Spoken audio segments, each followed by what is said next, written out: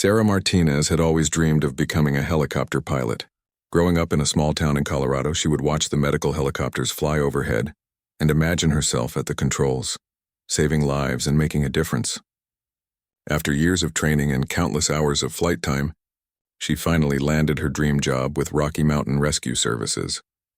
On that fateful Tuesday morning in March, Sarah was called for what seemed like a routine medical evacuation. A hiker had fallen on a remote mountain trail and needed immediate transport to the nearest hospital. The weather report showed clear skies, and everything appeared normal as Sarah prepared for takeoff. The helicopter she was assigned that day was a Bell 206, registration number N847RM. It was an older aircraft, but it had passed all recent inspections. The maintenance logs showed it was cleared for flight, and Sarah had flown this particular helicopter dozens of times before without any issues. As she performed her pre-flight checklist, Sarah noticed the aircraft seemed slightly different. The engine sounded just a bit off during startup, but all the gauges read normal. The vibration felt slightly unusual, but again, nothing alarming enough to ground the aircraft. Her experience told her that older helicopters often had their quirks, and she had learned to distinguish between concerning issues and harmless variations. The medical team loaded their equipment and prepared for the rescue mission. Dr. Emily Chen, the flight physician, had worked with Sarah many times before and trusted her completely. Paramedic Jake Williams rounded out the crew, bringing years of mountain rescue experience to the team. Sarah lifted off from the helipad at 10:15 a.m., the familiar sensation of the aircraft rising into the crisp mountain air filling her, with the same excitement she had felt since her first solo flight. The mission was straightforward: fly to the coordinates provided by the ground rescue team, extract the injured hiker, and transport him to Denver General Hospital. During the 20-minute flight to the rescue location, everything seemed normal. Sarah maintained radio contact with both the rescue team on the ground and air traffic control. The helicopter responded to her controls as expected, and the instruments showed all systems functioning properly. When they reached the accident site, Sarah carefully maneuvered the helicopter into position for the rescue. The mountainous terrain made landing impossible, so they would need to use the rescue hoist to extract the injured hiker. This was a delicate operation that required precise hovering and perfect coordination between the flight crew and ground team. As the rescue operation began, Sarah focused intently on maintaining the helicopter's position. The mountain winds were picking up slightly, making the hovering more challenging than usual. She could feel the aircraft working harder to maintain its position, but she attributed this to the difficult flying conditions rather than any mechanical problem. The injured hiker, a 34-year-old man named David Torres, was successfully hoisted into the helicopter. Dr. Chen immediately began providing medical care while Jake secured the patient for transport. Sarah received clearance to depart for the hospital, and everything seemed to be going according to plan. As they lifted away from the mountain rescue site, Sarah felt a slight vibration in the aircraft that hadn't been there before. It was subtle, almost imperceptible, but her trained senses picked up on it immediately. She glanced at her instruments, but everything still appeared normal. The vibration could have been caused by the additional weight of the patient or the shift in the aircraft's center of gravity. The flight toward Denver proceeded normally for the first 10 minutes. Sarah maintained her usual altitude and airspeed, keeping in constant communication with air traffic control and the hospital.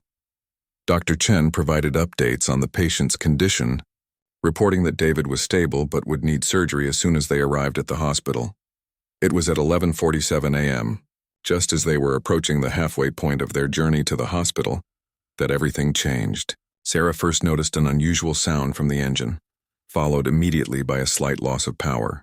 Her years of training kicked in as she quickly scanned her instruments, looking for the source of the problem.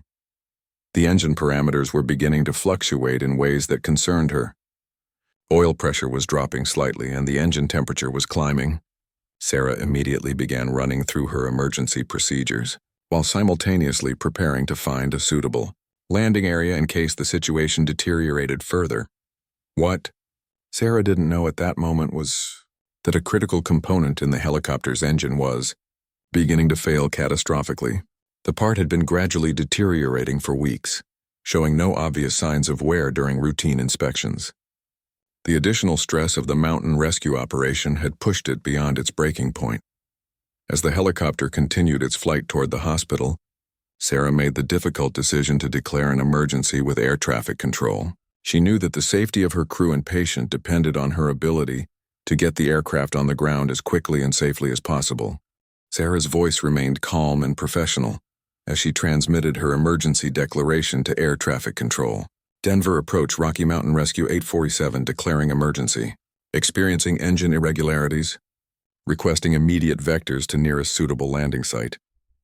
The air traffic controller, Maria Santos, had been working the Denver approach for 15 years and had handled hundreds of emergency situations. Something in Sarah's tone told her this was serious. Maria immediately cleared all other aircraft from Sarah's path and began coordinating with emergency services on the ground. Inside the helicopter, Dr. Chen noticed the change in Sarah's demeanor immediately. The pilot's shoulders had tensed and her movements had become more deliberate and focused. Jake, who had been monitoring the patient, looked up from his equipment and caught Sarah's eye in the mirror. She gave him a slight nod that confirmed his suspicions. They were in trouble. The engine vibration was getting worse by the minute. Sarah could feel it through the controls, and the noise level in the cabin had increased noticeably.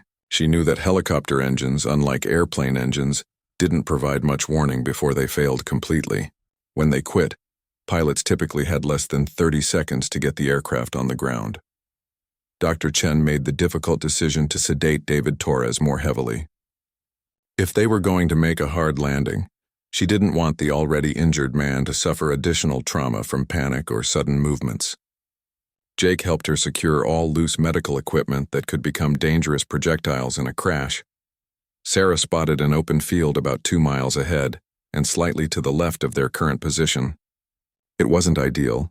There were power lines on one side and a small grove of trees on the other, but it was their best option. She began a gradual descent while fighting to keep the increasingly unstable helicopter under control. The engine warning lights began illuminating on her instrument panel like a deadly Christmas display. Oil pressure dropped to nearly zero, and the engine temperature climbed into the red zone. Sarah knew she had perhaps minutes, maybe less, before complete engine failure. "Mayday, mayday, mayday," Sarah transmitted. "Rocky Mountain Rescue 847. Total engine failure imminent. Attempting emergency landing in field approximately 3 miles northwest of Morrison. 4 souls on board, 1 critical patient." Maria Santos felt her heart skip a beat.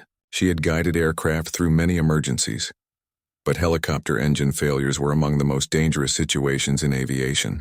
She immediately dispatched emergency vehicles to the area Sarah had indicated and began coordinating with local law enforcement to clear the landing zone. As Sarah approached the field, she realized the situation was even worse than she had initially thought. The field was smaller than it had appeared from altitude, and there were large rocks scattered throughout that hadn't been visible from higher up. The power lines she had spotted were actually a complex network of high-voltage transmission lines that created a significant hazard.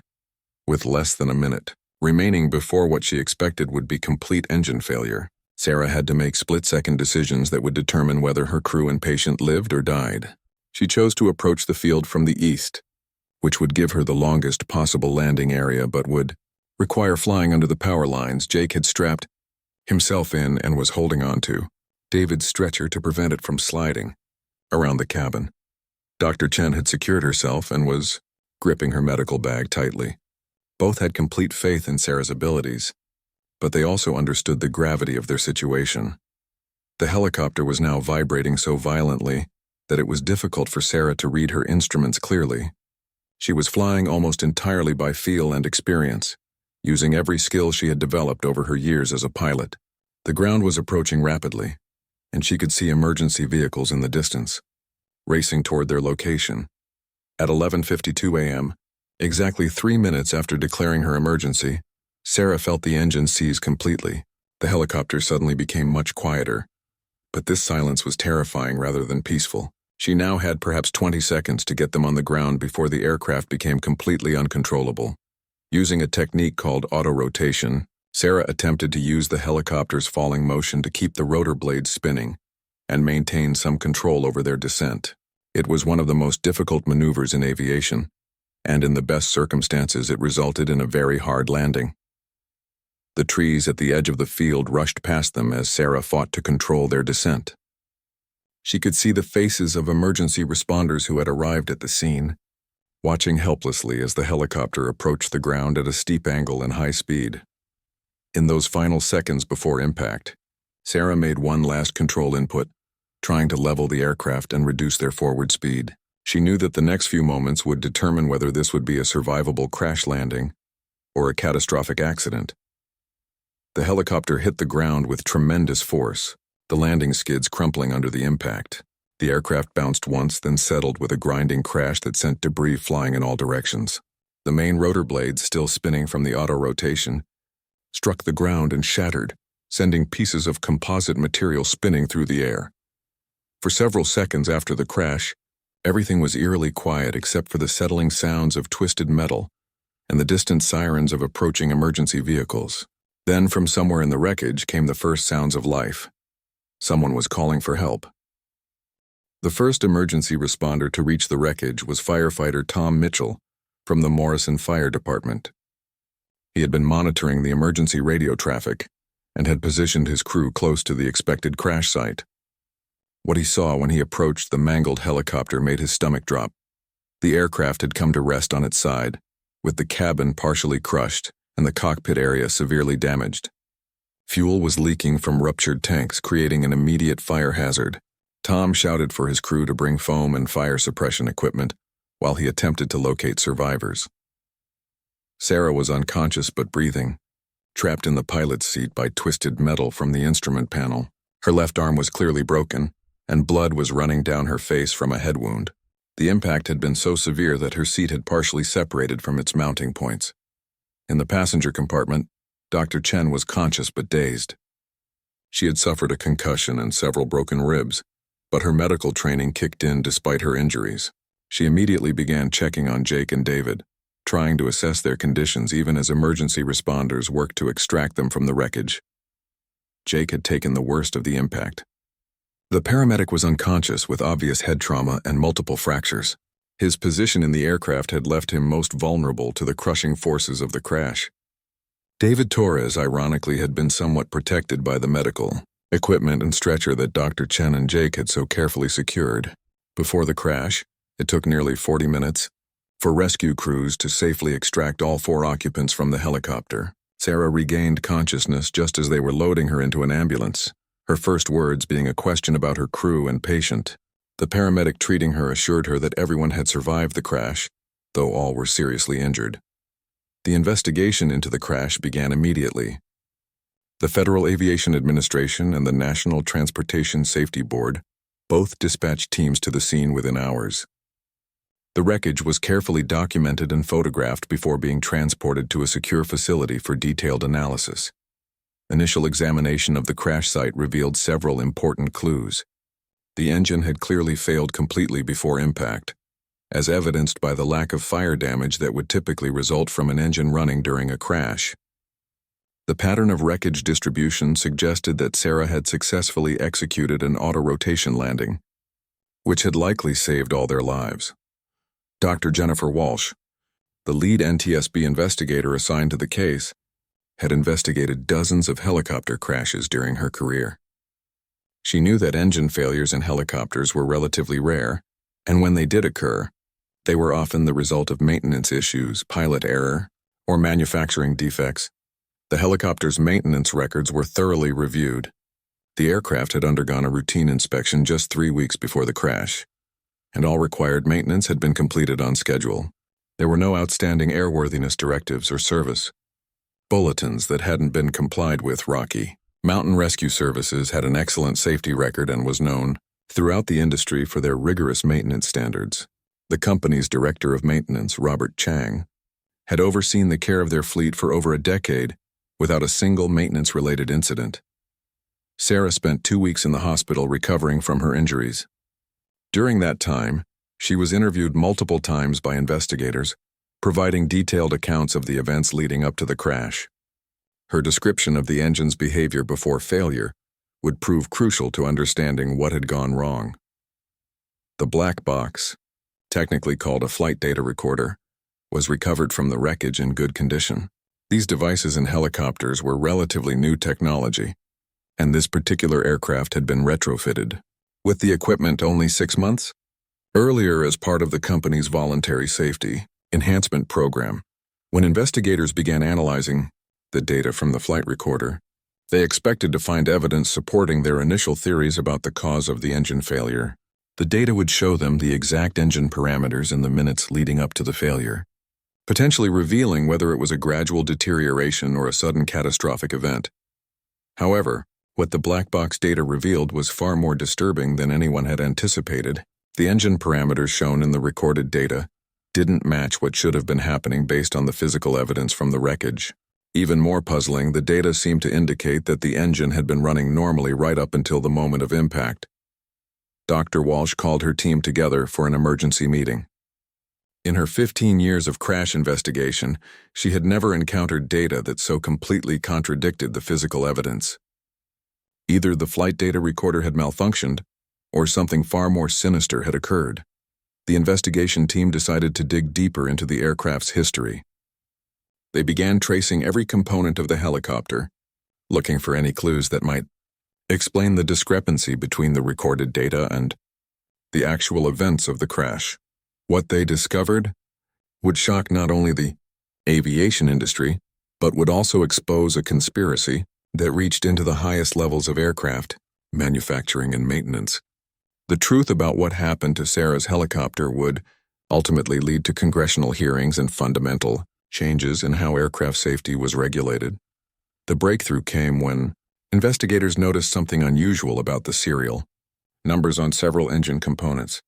A routine cross-check with the manufacturer's database revealed that some of the parts installed in Sarah's helicopter had been reported as defective and recalled months earlier. Someone had knowingly recalled potentially dangerous parts in the helicopter that Sarah flew that day. The black box data hadn't malfunctioned. It had been deliberately altered to hide evidence of the crime. The discovery of the recalled parts sent shockwaves through the NTSB investigation team. Dr. Walsh immediately contacted FBI Special Agent Marcus Rodriguez, who specialized in aviation crimes. What had started as an accident investigation was now potentially a criminal case involving fraud, conspiracy, and attempted murder. Agent Rodriguez arrived at the NTSB facility within hours of Dr. Walsh's call. As he examined the evidence, he realized they were dealing with something much larger than a single incident of parts fraud. The sophistication required to alter flight recorder data suggested an organized operation with access to highly specialized technical knowledge.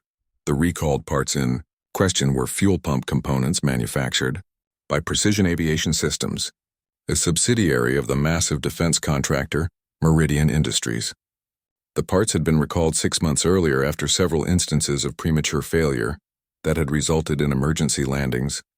Though no crashes had been reported, Sarah's helicopter was one of dozens that should have had these components replaced immediately.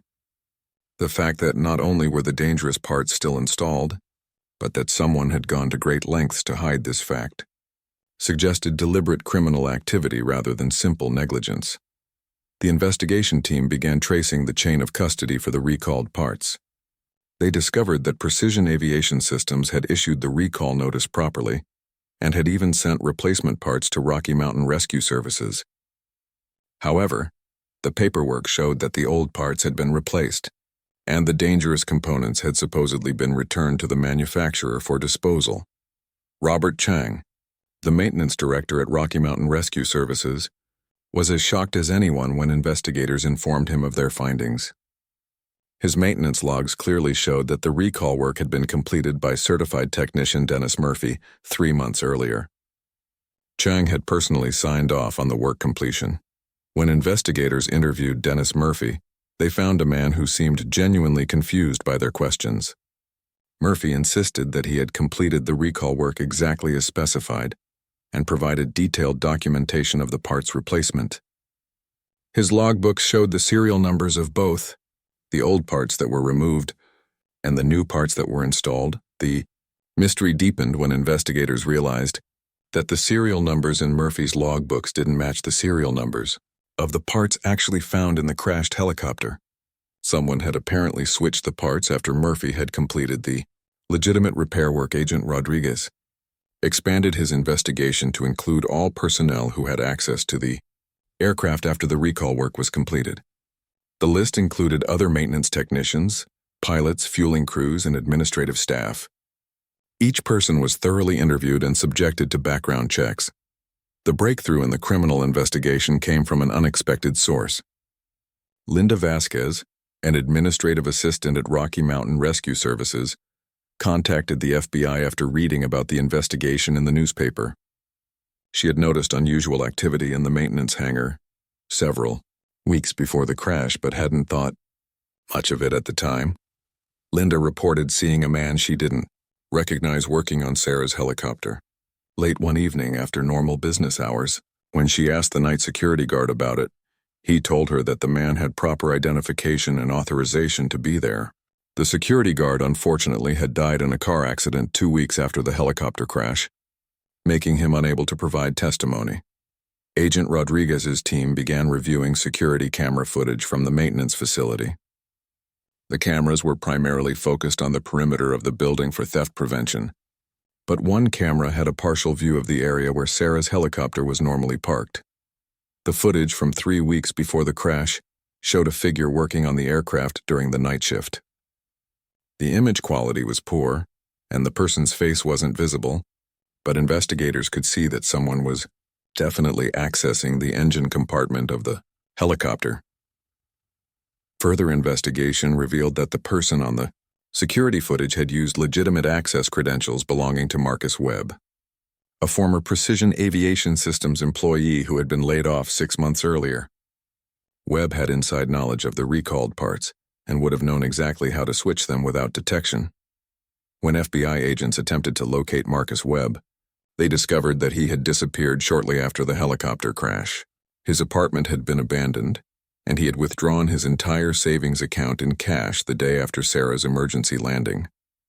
Webb's credit cards and cell phone had not been used since that time. The investigation into Webb's background revealed a man with serious financial problems and a grudge against his former employer. He had been fired from Precision Aviation Systems after being caught falsifying inspection records, and he had unsuccessfully sued the company for wrongful termination. Agent Rodriguez theorized that Webb had been recruited by someone with access to flight data recording systems to carry out the sabotage. The level of technical sophistication required to alter the black box data was beyond what a maintenance technician would typically possess. As investigators dug deeper into the conspiracy, they uncovered evidence of a much larger operation. Webb appeared to be just one part of a network that was systematically compromising aircraft safety for financial gain. The altered flight recorder data was intended to prevent investigators from discovering the parts fraud, allowing the criminals to continue their operation.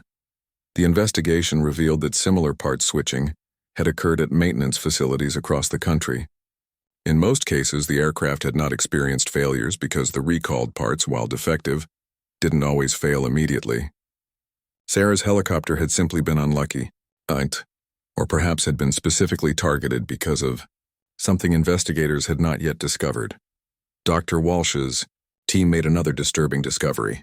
When they analyzed the flight recorder data more carefully, the alterations had been made using sophisticated software that required not only technical expertise, but also access to proprietary flight data recording systems. This suggested that someone within the aviation industry, possibly at a very high level, was involved in the conspiracy.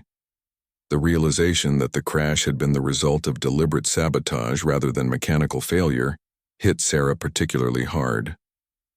During her recovery, she had blamed herself for not detecting the engine problems earlier. Learning that she and her crew had been the victims of a criminal conspiracy brought both relief and anger.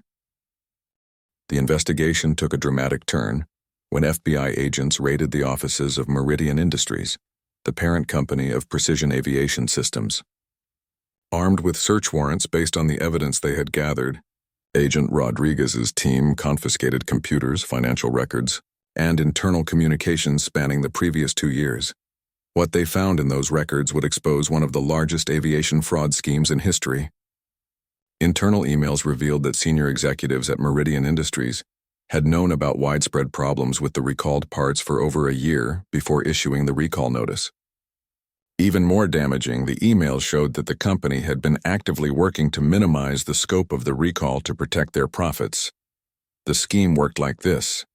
Meridian Industries would issue recall notices for defective parts as required by law. However, they had also been secretly recruiting laid-off employees and contractors to switch the new parts back with the old ones after the official recall work was completed.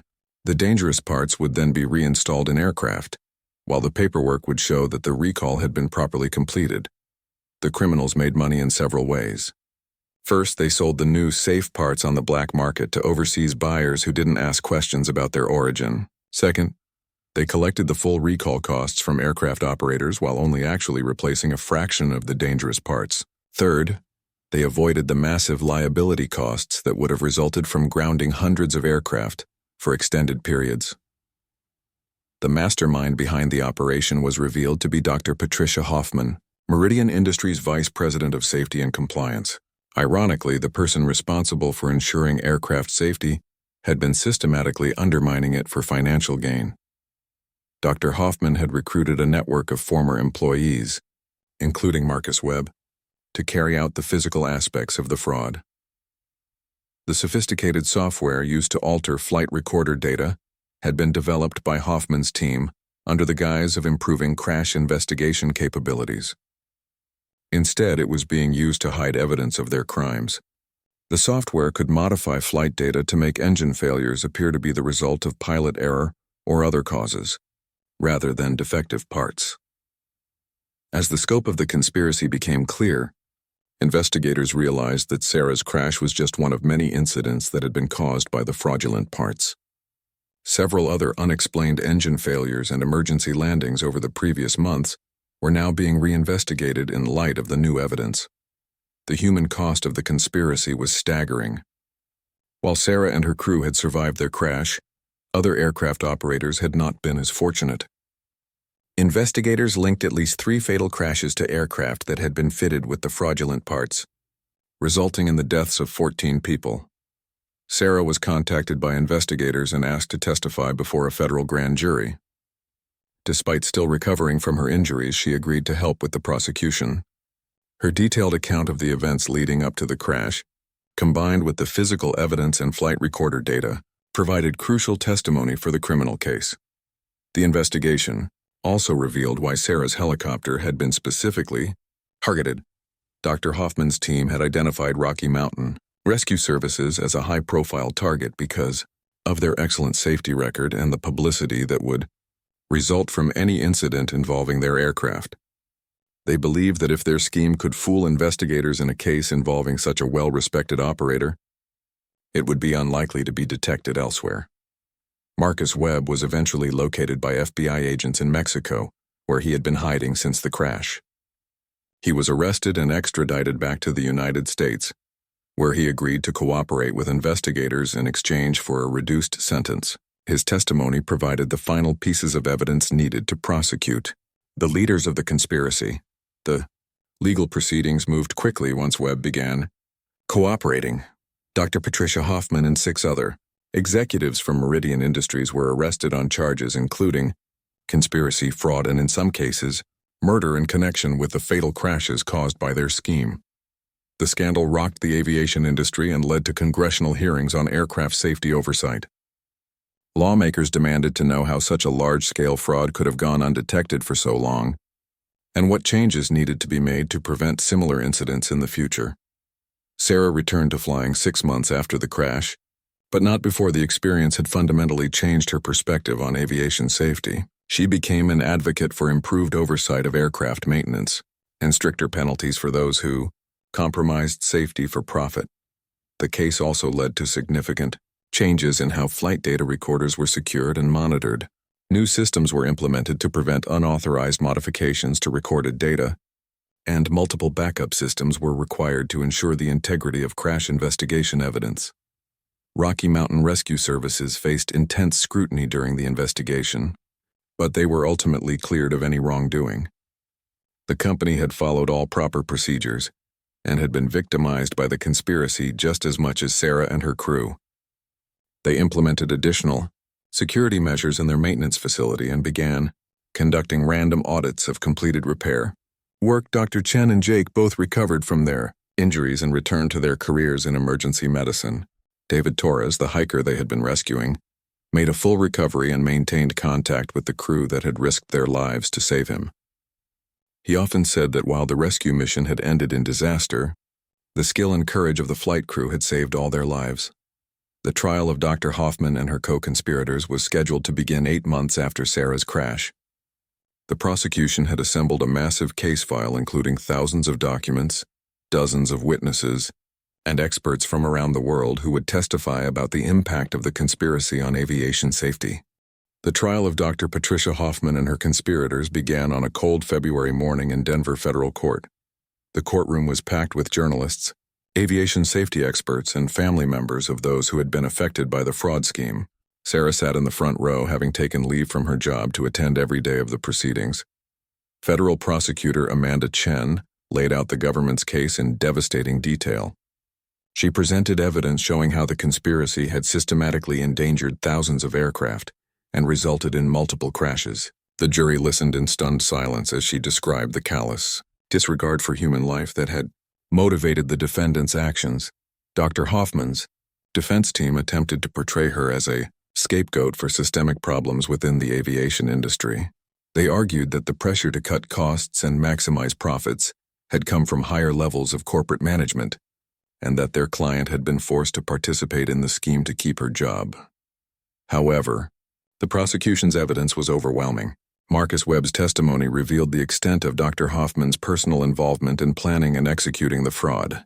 Recorded phone conversations showed her giving explicit instructions to switch parts and alter data, often laughing about how easy it was to fool investigators. The most powerful moment of the trial came when Sarah took the witness stand. She described in vivid detail the moments leading up to the crash, the terror of realizing that her helicopter was falling out of the sky, and the incredible skill required to save her crew and patient through the auto-rotation landing. Sarah's voice remained steady as she testified, but many in the courtroom were moved to tears by her account. She spoke not only of her own experience but also of the other victims of the conspiracy, the pilots and passengers who had not been as fortunate as her crew. The defense attempted to discredit Sarah's testimony by suggesting that pilot error had contributed to the crash. However, the physical evidence and expert analysis clearly showed that she had performed flawlessly under impossible circumstances. Multiple aviation experts testified that her actions had prevented what should have been a fatal crash. Marcus Webb's testimony proved to be the most damaging to the defendants. He provided detailed accounts of how the conspiracy operated, including the specific roles played by each defendant. His testimony revealed that the scheme had been far more extensive than even investigators had initially realized. The jury learned that the conspiracy had affected over 400 aircraft across 15 states. The defendants had made millions of dollars from their scheme, while putting countless lives at risk. The prosecution showed that they had continued their operation even after becoming aware that their actions were causing crashes and deaths. Dr. Hoffman took the stand in her own defense, a decision that her lawyers would later regret. Under cross-examination, she appeared cold and calculating, showing little remorse for the consequences of her actions. When asked about the victims of the crashes caused by her scheme, she claimed that all aviation involved risks, and that she could not be held responsible for every accident. The prosecution's rebuttal was swift and devastating. They played recordings of Dr. Hoffman discussing specific aircraft that she knew were dangerous, yet allowed to continue flying. In one particularly damning conversation, she laughed about rolling the dice with people's lives. Expert witnesses testified about the sophisticated nature of the flight data recorder tampering. They explained how the defendants had used cutting-edge technology to alter crash investigation evidence, making it nearly impossible for investigators to detect the true cause of accidents, without the kind of detailed analysis that had been performed in Sarah's case. The trial lasted 6 weeks, with the prosecution presenting over 200 pieces of evidence and calling 47 witnesses. The defense struggled to counter the overwhelming case against their clients, ultimately resorting to arguing that their actions, while wrong, did not rise to the level of the serious charges they faced. When the case went to the jury, Legal experts predicted a quick conviction. The evidence was clear, the witnesses were credible, and the defendant's own recorded conversations provided irrefutable proof of their guilt.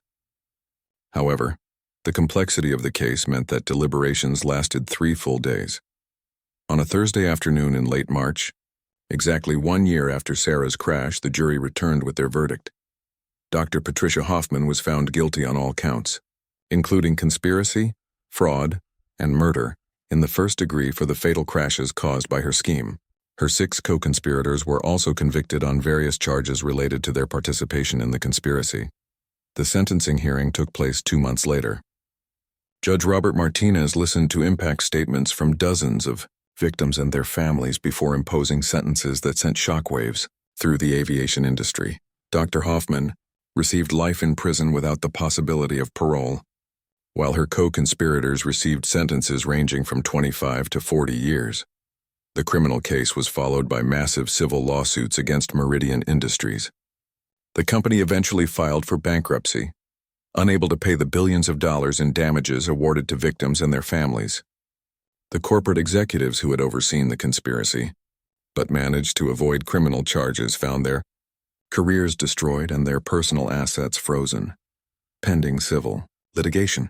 Sarah used her settlement money to establish a foundation dedicated to aviation safety research and advocacy. The Sarah Martinez Aviation Safety Foundation worked to improve oversight of aircraft maintenance and to develop new technologies for detecting tampering with safety equipment. The case led to significant reforms in aviation safety regulations. New laws required independent verification of recall compliance, and flight data recorders were redesigned with multiple security features to prevent unauthorized tampering. The penalties for aviation safety violations were also significantly increased. 3 years after the crash, Sarah was promoted to chief pilot at Rocky Mountain Rescue Services. She continued to fly rescue missions, but her experience had given her a unique perspective on the importance of aviation safety. She became a sought-after speaker at aviation conferences, sharing her story and advocating for continued improvements in safety oversight. The black box from Sarah's helicopter became a centerpiece in a new aviation safety museum in Washington. DC visitors could listen to the actual recordings from the flight and learn about how the investigation had uncovered one of the largest aviation conspiracies in history. Dr. Chen and Jake both returned to their careers but remained close friends with Sarah. The shared experience of surviving the crash had created a bond between them that lasted for years. They continued to work together on rescue missions, though they often joked that they had already survived the worst that aviation could throw at them. David Torres, the hiker whose rescue had started the chain of events, became an advocate for emergency medical services. He often spoke about how the courage and skill of his rescuers had saved not only his life, but had also exposed a conspiracy that was endangering countless others. The story of Sarah's helicopter crash and the subsequent investigation became a cautionary tale about the importance of vigilance in aviation safety. It demonstrated that even in an industry with extensive safety regulations and oversight, determined criminals could find ways to endanger lives for profit. Most importantly, it showed how the courage and skill of pilots like Sarah, combined with thorough investigation and prosecution of those who would compromise safety, could prevent future tragedies and make aviation safer for everyone.